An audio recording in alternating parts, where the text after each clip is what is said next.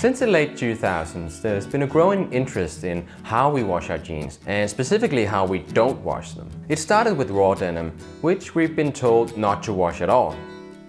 Raw denim jeans are the kind that haven't been washed when you buy them.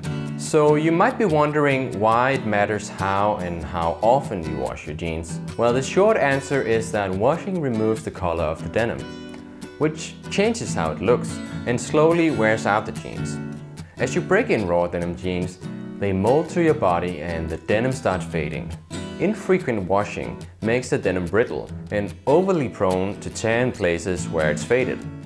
The solution is to give the jeans a quick, cold soak in the sink before you start wearing them.